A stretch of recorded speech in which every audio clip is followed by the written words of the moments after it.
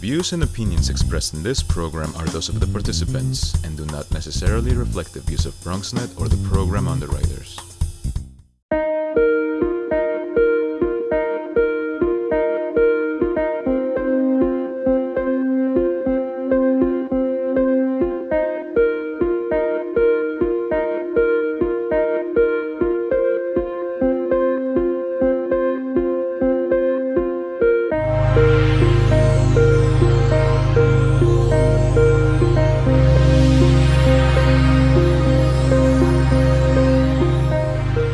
Hello and welcome to Higher Arts on Higher TV.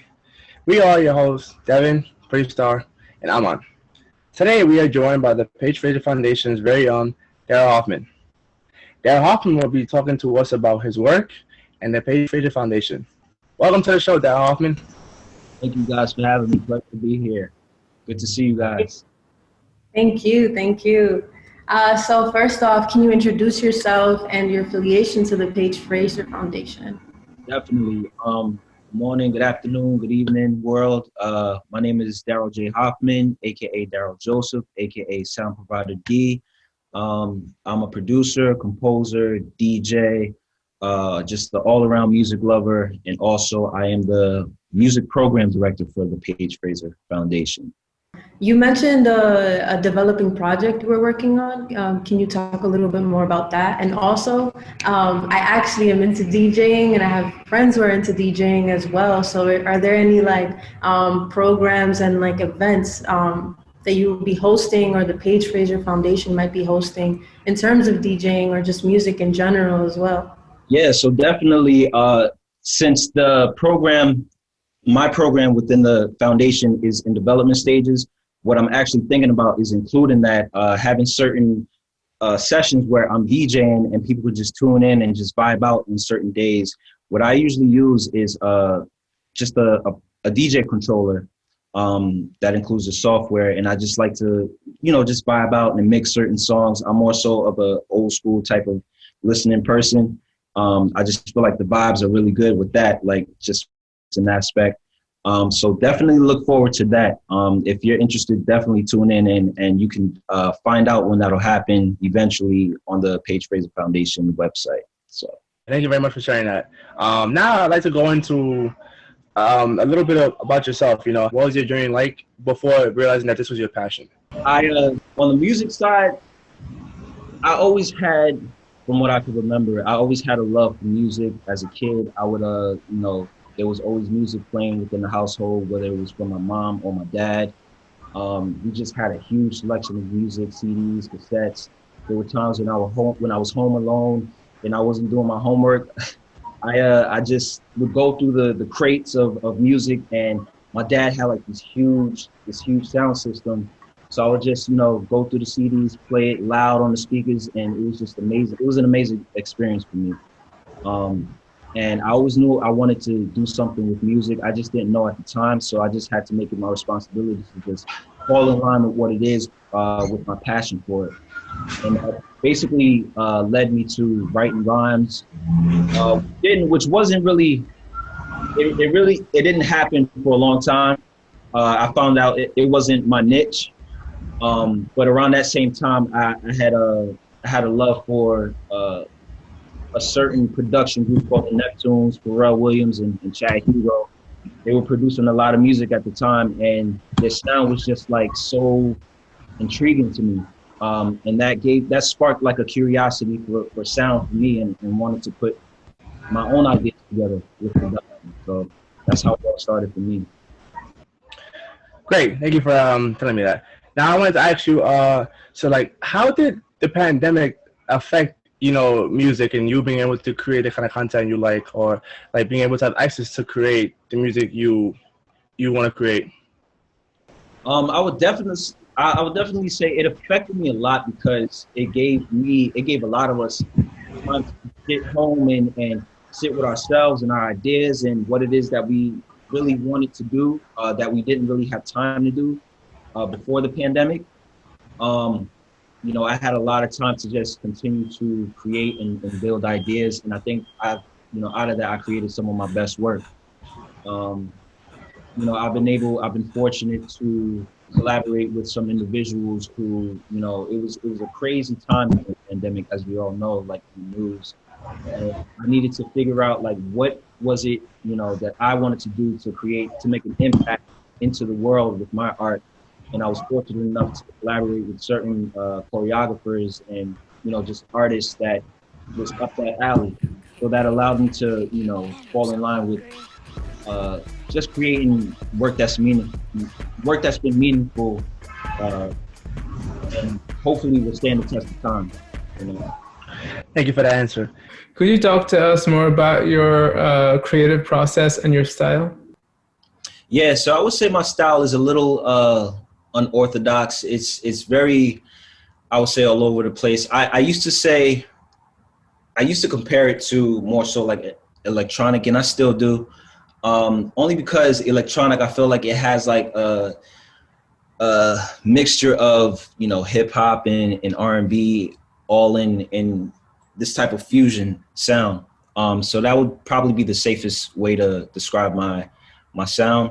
As far as my creative process, it just, you know, entails me, as I've explained before, you know, just having a certain idea and sitting down, trying it, or maybe even, you know, trying something new, being satisfied with it and being satisfied with walking away, being at peace that it's not completed just yet, but there's something there for you to build back on when you get back to it, you know? I think that's the perfect way of creating, in my opinion.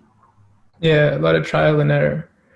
And do you have, like, by any chance, any work you can show us? I have a few that I would like to definitely share with you guys.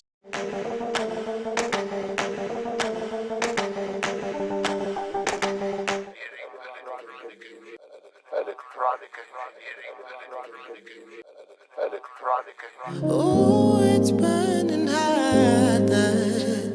Won't come on to street lights. Thank you so much. So just in general, if we wanted to learn more about your work and get in contact with you, how can we do that? Like Instagram, email? Definitely. So you can actually go to the Paige Fraser Foundation website, pagefraserfoundation.org, where they'll be posting my upcoming events here and there. Also, you can look me up on Facebook, Darryl J. Hoffman. You can find me on Instagram at soundprovider_D, where, you know, I mostly post my current events in my stories and just upcoming events coming up. So, yeah. Sorry, and just one more question I wanted to ask. Do you have any advice for younger students or younger people who are aspiring to be, you know, musicians and get in to be creators and producers? Definitely. I would say as long as you're a creator, an artist, whatever it is that you do, always have an open mind. Create with an open mind, because you never know, your name, you yourself can be put in places and spaces to where you never thought you could be. And that right there, that's success to me. So just continue to be at it, stay at it, be yourself at all times, be genuine, and you'll be fine. Thank you so much. Thank you guys. Thank you so much, Darryl Hoffman from the Paige Fraser Foundation team, for joining us and sharing with us your passions and your words of wisdom here on Higher TV. We cannot wait to catch you and your work on BronxNet. And yeah, we'll catch you next time. Thank you guys.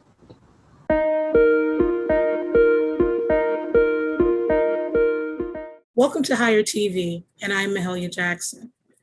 When we think about the difficulties of online learning, our first thought is the students. However, faculty and administrators are also struggling with navigating virtual learning as well. Imagine being both a student and faculty member trying to adapt to this new online environment. Here now to tell us her experience is college guidance consultant Sakai Troxell. Thank you for coming to the show.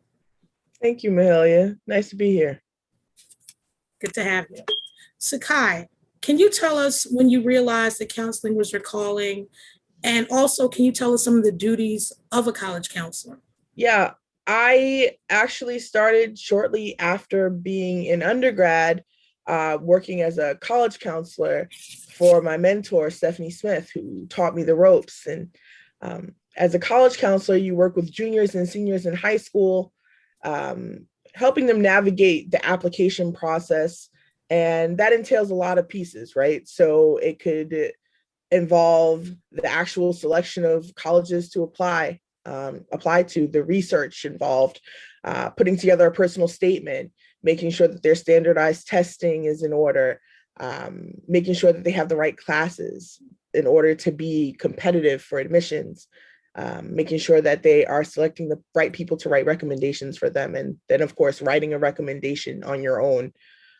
So that's really how I started in the education field. And in doing that work, particularly with low-income families of color, what I was finding time and time again is that the college process itself is really an anomaly in that it's really the first time, especially culturally, for a lot of students from our communities, that young people are having real ownership over something that is going to really dictate a huge piece of their life moving forward. Really specifically, you see it a lot in the personal statement. So as I was helping students craft their personal statements, I was finding that they were grappling with a lot of trauma that they had never actually given voice to otherwise. And that could be family trauma, personal trauma, social trauma, right? All kinds of things. And I, time and time again, felt that being a college counselor to these students just wasn't enough, that I needed to be equipped with more tools to be able to help them move forward in their lives in a way that was going to be really meaningful, really healing, and really positive. And so that led me to going to pursue my master's in school counseling, which happened to coincide with the COVID-19 pandemic. How were you able to balance being a full-time online master's student and working virtually, helping students with college preparation? A lot of alcohol. No, I'm kidding. It was difficult. It's hard. I was essentially trying to navigate the same virtual platform that students were trying to navigate, that I was helping at work. And it really required a lot of balance, a lot of scheduling, like planning, just saying to myself, okay, I'm going to work today for 2 hours on the things that are due for my job. And then I'm going to work another 2 hours on my actual homework for grad school. And I ended up really telling the students the same thing, just really trying to plot your time out. And also a thing that ended up being really important to me was having dedicated workspace. And that is another thing that I ended up ultimately advising students and families is that, and I know it is difficult, but really finding a little, even if it's a little corner in your house or your apartment that is really dedicated to you being productive academically. That's huge because when you're virtual, you're home. So you have all of the comforts of home. You get to kind of lay across your couch and watch TV while you're on a Zoom call, or while you're in class. And these are luxuries that really you didn't have if you were in the building. So it is really about carving out the right space and the right time and the right planning. What are some previous methods that you used pre-pandemic that you've since changed or you no longer use, have become obsolete? I hope they're not obsolete, but the real big piece that's missing from a virtual setting is that in-person connectivity to a student. And nothing is ever going to replace that. I don't care who you speak to. I don't care what they tell you. There's nothing on the virtual platform that is ever going to replace the ability to connect and build rapport in person with a student. So I wouldn't say that that piece is obsolete as much as the pandemic has really necessitated that we get more creative with building rapport with students and building trust, and not just them, but also their families. It's required a lot of educators to be more tech savvy. And it's something that some educators, especially young educators, are already, right? But a lot of those people who are even on social media have not become familiar with a lot of the teaching tech platforms. And Zoom, for example, I think everybody knows what Zoom is now, right? Before, I think business people really knew about Zoom. So I don't think that the old ways are obsolete. I'm hoping that the old ways will resurface as we come out of virtual learning and go back into the schools and the classrooms. But I do think that instead of being obsolete, we've had to add more tools to the toolbox, if that makes sense. That does. Due to education being largely online now since the pandemic, what criteria ranks a top school now? So the college process, the application process for seniors, I was not envious of them this year. It was really incredibly difficult because there are a lot of pieces that they had watched maybe peers who were older than them go through that were different. They weren't able to visit campuses to really be able to see if a place was a good fit or match. But the real piece that changed significantly was that a lot of schools that traditionally would really require standardized testing as a cornerstone of their admissions process became very lax on it, or maybe even got rid of it altogether. And so that changed the game. It made a lot, in my opinion, it made a lot of schools more accessible to students who perhaps ordinarily do not test well. And instead of there being such a huge emphasis on testing, what you saw was schools beginning to understand and appreciate more the significance of the personal statement and giving students a platform to really express who they are, where they come from, and who they'd like to be. And that has been transformative. I think if schools stick with that, then we're going to see a lot of schools open up their doors to more dynamic students who ordinarily would have been closed out because of something so historically really biased, honestly, as standardized testing. So I'm interested to see how admissions continues to transform, and if schools will go back to the status quo after all of the buildings are back open, or if this will be a teachable moment for them, where they will really be able to see how admissions can be re-envisioned and still allow for them to be top tier competitive places who have students who really contribute to the fabric of their communities. Sakai, you've really dropped a lot of wonderful gems today. Thank you, Sakai. Despite the initial challenges, virtual learning for both students and faculty, they both have learned to adapt. Thank you for coming on, Sakai. Thank you for having me. That's it for this segment of Higher TV, and I am your host, Mahalia Jackson.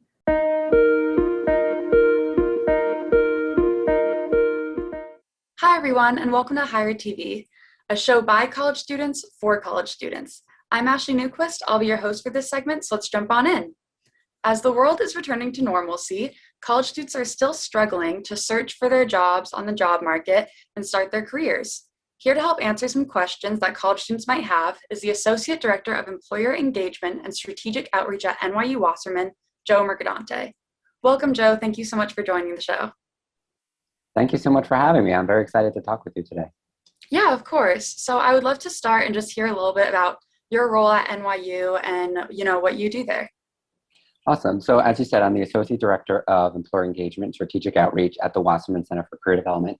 I've been at NYU and Wasserman for over 5.5 years now. And in my role, I manage all of employer engagement and communications for our office and for NYU. So our office at the NYU Wasserman Center for Career Development serves the entire university. So 40,000 plus students, all undergraduate students and graduate students outside of MBA, law, medical and dental. But we also serve alumni. So there's a lot happening. We serve all industries. NYU is obviously a big school and a lot of different majors and concentrations. So my work is really just ensuring that my team is working with employers to have enough job postings, internships, experiential learning opportunities, opportunities for students and employers to connect on campus, whether it's through information sessions, career fairs, coffee chats, things along those lines, and really just like building up these opportunities for students and employers to connect. So like as students are looking for jobs, they're able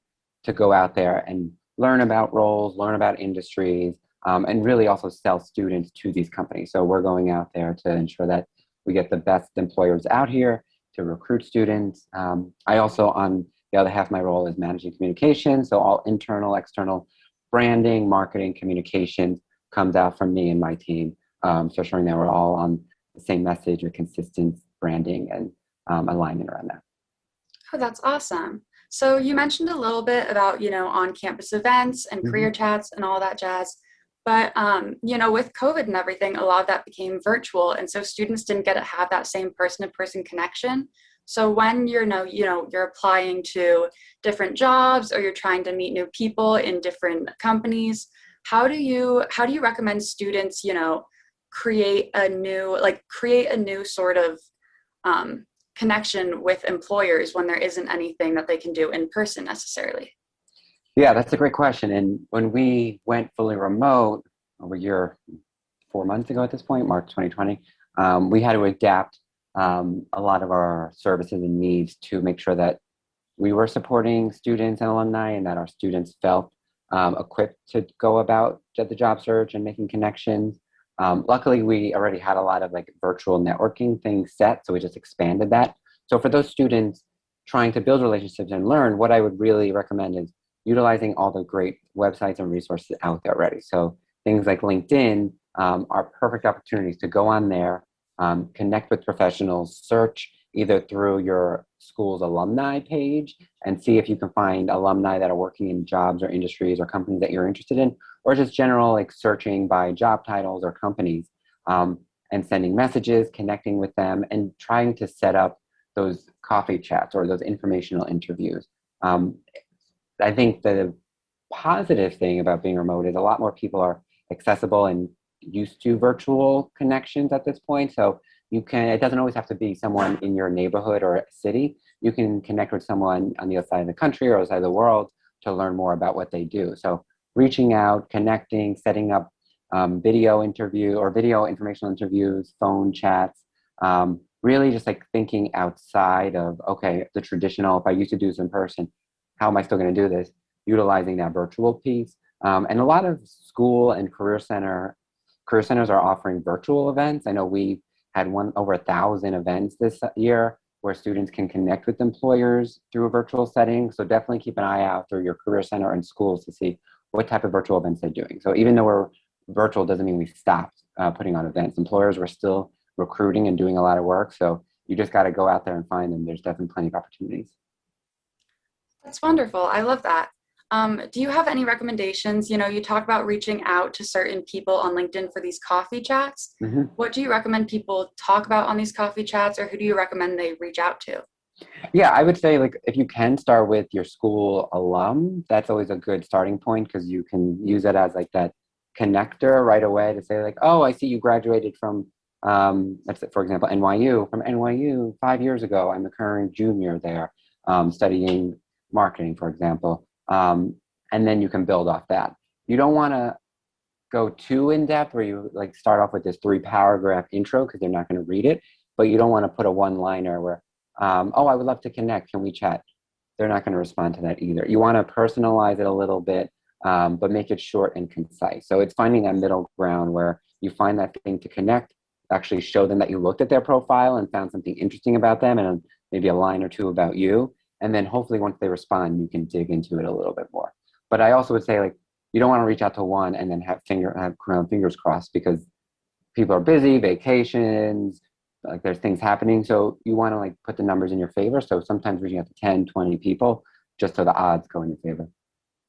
That's great advice. Thank you. And then on top of that, when you reach out to people for these different coffee chats and stuff, a lot of people can get really nervous or anxious. Do you have any sort of recommendations for, students who might need a little bit of help calming down before these kinds of things? I know that's always hard because people think like, oh, it's like an interview. And it, in a way, it sort of is like an interview because if the conversation goes well, They may think of you for future jobs, but at the same time, it's not an interview because there's nothing on the line. It's not like you're doing this interview for a future job. So I would say do your research. Like if you prepare like an interview where you look them up on LinkedIn, you have questions ready, go in with like 4 to 5 questions. We've talked to recruiters all the time where they say the worst coffee chats are the ones where students show up and just say, okay, tell me about yourself, and that's it. And they expect the recruiter to lead it. No, you should be leading it. It should be a student-led conversation where you go in asking those questions. People love talking about themselves, love talking about their career journey. So that's always a great way to like get into the conversation. Tell me about your current role. How did you get there? Where were you previously?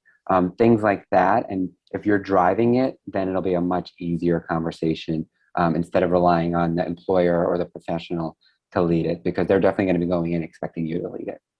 And even just on top of that too, like go to your career center. We have tons of great documents and resources. If you Google like informational interviewing prep, there's so many resources out there with top questions to ask that you're definitely not alone in this. That's wonderful. Thank you. So then I think just kind of on a last note, what do you suggest students who are struggling to find a foothold? They're doing these coffee chats, they're looking up these information, and they're still struggling to find a foothold. Do you have any last words of wisdom or advice that you can give students who are still struggling to find that foothold in their career path? Yeah, I think like anytime, whether it's job searching, exploration, it's a multi-pronged approach. You don't ever want to rely on one thing only. So it should be that informational interview where it's a little bit of like that cold calling where you're reaching out. It should also be utilizing your network and your connections that you already have. I think people forget that like, oh, my supervisor from my past job or my colleague. People know people. So everyone knows someone everywhere. So if you're reaching out to a previous supervisor and you're saying like, oh, I really want to learn more about this industry. Do you happen to know someone? They may have a friend, a family member who can connect you. So definitely like activate your network is what we say, because they would surprise you. The other piece is use your career center. We have tons of career coaches that work with students, developing an individualized strategy, going over materials, prepping you, doing mock interviews, helping you create those questions. So you are definitely not alone in this, because it can be daunting, it can be scary, and even remote, it can be scary. Like, I don't know where to begin. It's like, there's so many opportunities, so where do I begin? But definitely like going to maybe start with the career center, start with the people you know, letting them know that you're searching and that you need support, and then go from there. It's definitely like you're not alone, and people are very willing to help. And I think even more lately, like professionals, recruiters, employers, everyone wants to help because it has been a difficult job market. It is obviously improving greatly, but we're all willing to help. We all want to take time out to make sure that other people are learning and exploring in ways that they had the opportunity to many years ago as well.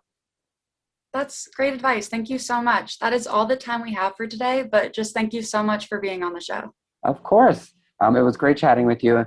And the last thing I'll leave you with is just that your first job and your first path after is never going to be your dream job. It's always a stepping stone to the next thing. There's no path is perfect straight line. It definitely zigzag. So don't compare yourself to others. You'll get there down the line. You'll just got to keep building those skills, building those connections, and you'll get where you want to be. Great, thank you. And for more resources on how to navigate the job market and the pandemic, please visit nyuwasmanblog.com.